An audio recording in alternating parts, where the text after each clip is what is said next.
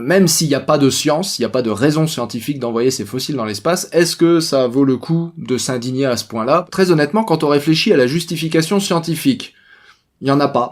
Je suis d'accord, mais il n'y a pas plus de justification scientifique non plus dans le fait d'envoyer un fossile à l'étranger pour une exposition, par exemple. Et chaque voyage est pris sans aucune justification scientifique, c'est pour une exposition. Il n'y aura pas de science. C'est juste pour une exposition, donc c'est juste pour de la communication. Le paléontologue sud-africain Lee Burger a envoyé des fossiles d'hominidés dans l'espace. C'est la première fois qu'on envoie des fossiles d'hominidés dans l'espace, à savoir une phalange d'un Homo naledi et une clavicule d'un Australopithecus sediba. Ceci étant dit, il y a 2 squelettes et ce n'est pas cette clavicule-là qui a été envoyée, mais peu importe. Donc il y a une clavicule de sediba et une phalange d'Homo naledi qui sont partis dans l'espace à l'intérieur de cette petite capsule, voilà, avec l'effigie du drapeau sud-africain dessus. Qui sont partis donc dans l'espace pour un petit voyage, pas pour plusieurs heures, c'était juste un aller-retour rapide dans la poche d'un milliardaire, et ça a fait le buzz, et ça a surtout soulevé beaucoup d'indignation, et très honnêtement, je me demande pourquoi. Alors est-ce que c'était parce que c'était la poche d'un milliardaire, et que du coup les milliardaires on les aime pas, ou bien est-ce que c'était comme l'indique cet article-là, un manque de justification, à savoir, voilà, il n'y a pas vraiment de science derrière tout ça, mais en même temps, c'est évidemment juste pour montrer que oui, en Afrique du Sud, on a des fossiles, et vous voyez, on en a tellement qu'on les envoie dans l'espace, voilà, on peut se permettre de les envoyer dans l'espace. Donc c'est évidemment une communication stunt, une cascade de communication de la part de Lee Burger, mais même s'il n'y a pas de science, il n'y a pas de raison scientifique d'envoyer ces fossiles dans l'espace, est-ce que ça vaut le coup de s'indigner à ce point-là? Parce qu'évidemment, il y a tout un paragraphe aussi sur quels sont sur des gens qui se sont indignés, évidemment, de voir ces fossiles partir dans l'espace, de prendre de tels risques pour ces fossiles. Alors, très honnêtement, voilà, vous avez le niveau 1 de la réaction qui est s'indigner. Bon, ça, c'est le niveau que tout le monde a. C'est le niveau 1 de la réaction. C'est vous vous indignez, vous faites un retweet en disant c'est une honte. Et puis après, on s'assoit 2 secondes et on réfléchit. Et très honnêtement, quand on réfléchit à la justification scientifique, il n'y en a pas. Je suis d'accord, mais il n'y a pas plus de justification scientifique non plus dans le fait d'envoyer un fossile à l'étranger pour une exposition, par exemple. Ça arrive tout le temps. Avec les collections qu'on a ici, en Afrique du Sud, par exemple, ça arrive tout le temps. Et chaque voyage est un risque. Et chaque voyage est pris sans aucune justification scientifique, c'est pour une exposition. Il n'y aura pas de science. C'est juste pour une exposition, donc c'est juste pour de la communication. Sauf que, avec une exposition, vous allez toucher tout au plus quelques dizaines de milliers de personnes, grand maximum. Lee Burger, en envoyant des fossiles dans l'espace, il a touché des millions de personnes. Il y a des millions de personnes qui ont vu ça sur Internet. Donc, mission accomplie.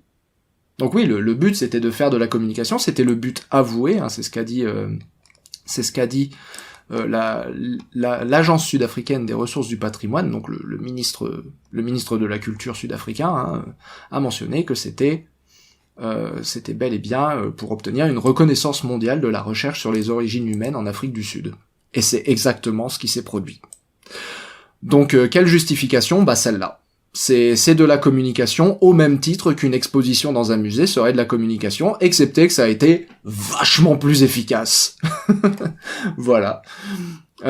Éducation, beaucoup moins. Mais très honnêtement, combien de fois vous êtes ressorti d'un musée en ayant réellement appris quelque chose et en ayant retenu quoi que ce soit? C'est pareil. On peut douter, on peut se poser des questions sur la réelle efficacité d'une exposition dans un but éducatif. C'est aussi quelque chose qu'on peut remettre en question. Je ne dis pas que ça sert à rien, ne me faites pas dire ce que j'ai pas dit. Mais on peut douter à quel point c'est efficace. Là, il y a quelque chose qui a été fait, il y a quelque chose qui a été produit, il y a eu du chiffre, ça a marché. Voilà, un point c'est tout, il y a eu buzz, il y a eu bad buzz, mais il y a eu buzz, mais un bad buzz est un buzz. Bref, donc pour moi les justifications, même si elles ne sont pas scientifiques, elles sont pas non plus inadmissibles. Et puis il y a les critiques qui ont été formulées par d'autres scientifiques, par exemple Donc le manque de justification scientifique du vol, ça on vient d'en parler, mais surtout les questions éthiques. Parce que les questions éthiques, surtout sur les dommages qui auraient pu être faits aux fossiles pendant le vol, mais comme j'ai dit, les fossiles africains qui prennent l'avion, la voiture, le train, le vélo pour aller dans des expositions, c'est tout le temps. Et je suis désolé, mais la voiture, c'était... N'importe quel voyage en voiture est beaucoup plus risqué qu'un voyage dans je sais pas quelle espèce de shuttle ils utilisent pour aller dans l'espace, mais c'est largement plus risqué. Si on met des milliardaires dedans, c'est que globalement, c'est pas risqué, hein, ça va. Et puis quel risque? Alors il y a eu l'émission, enfin l'exposition aux ultraviolets qui aurait pu détruire les isotopes ou l'ADN. Bon alors déjà il y a eu des tests qui ont été faits et non, les fossiles ne sont pas revenus radioactifs. J'étais là quand ils ont été faits, donc non, les fossiles ne sont pas revenus radioactifs. Mais même avant ça, a priori, tous les fossiles de Australopithecus sediba ou presque tous, sont déjà passés dans un scanner à rayon X, sont déjà passés et pareil pour Homo naledi d'ailleurs, ils sont déjà passés dans un scanner à rayon X, ils sont déjà passés même dans un synchrotron, qui est un autre niveau de puissance, niveau rayonnement X, et certains fossiles sont même passés au scanner à neutrons, qui là pour le coup est vraiment documenté comme foutant en l'air les analyses isotopiques. Donc je veux dire, si ça c'est valide, pourquoi pas un voyage dans l'espace de toute façon, quoi. L'exposition au rayonnement interstellaire, enfin au rayonnement stellaire dans l'espace, elle était pas dramatique, c'était un vol très très court et elle est pas plus grave en niveau conséquences que ce qu'on fait maintenant normalement subir aux fossiles quand on les découvre, hein, parce que passer les fossiles au rayon X aujourd'hui, c'est une démarche quasi standard. Donc là où je veux en venir, c'est que oui, des risques liés à la manipulation des fossiles, il y en a à chaque fois que vous manipulez un fossile.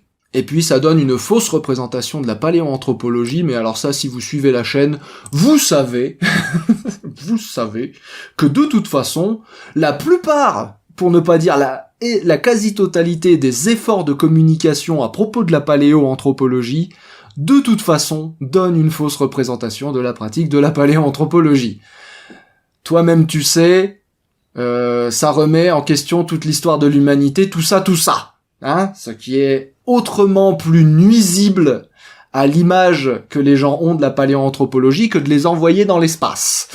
Hein, balancer tous les 15 jours, hein, que le moindre petit rogaton de merde remet en question toute l'histoire de l'humanité, c'est autrement plus nuisible. Donc bon, pareil, non, je vois pas. Je le vois pas. Et donc les gens qui se sont exprimés en mode je suis horrifié qu'ils aient obtenu le permis, une fois tout ça, encore une fois le côté horrifié, c'est-à-dire l'émotion mis de côté, quand vous analysez froidement, il s'est rien passé. Il s'est rien passé d'exceptionnel en réalité. Donc oui, ça a été un gros buzz et ça a fait parler des fossiles et donc c'est pas si grave que ça. Et même si vous partez du principe que les rayonnements, quoi que ce soit qui se soit passé là-haut, est totalement détruit les possibilités de trouver de l'ADN, des possibilités de trouver des isotopes, les possibilités de dater les fossiles, ce qui n'est de toute façon pas possible, mais bref, admettons que ce soit possible un jour dans le futur, c'est juste une phalange du squelette entier, c'est juste une clavicule de 2 squelettes. Donc on peut prendre n'importe quel os et répéter l'opération, hein. N'importe quel autre os et répéter l'opération. À l'inverse, la clavicule qui a été envoyée de Sediba dans l'espace, c'est aussi la clavicule qui avait été en premier découverte par Matthew Berger, le fils de Lee Berger, quand il avait 9 ans. Et donc maintenant, cette clavicule, elle est passée de découverte par les yeux d'un enfant, et maintenant elle est allée dans l'espace, et c'est devenu le premier fossile à aller dans l'espace. Le premier fossile d'homininé, et le premier fossile tout court même, je pense, à aller dans l'espace. Je veux dire, maintenant, cette clavicule, elle a une histoire.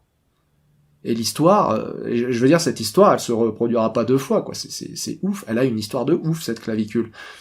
Ça, c'est irremplaçable.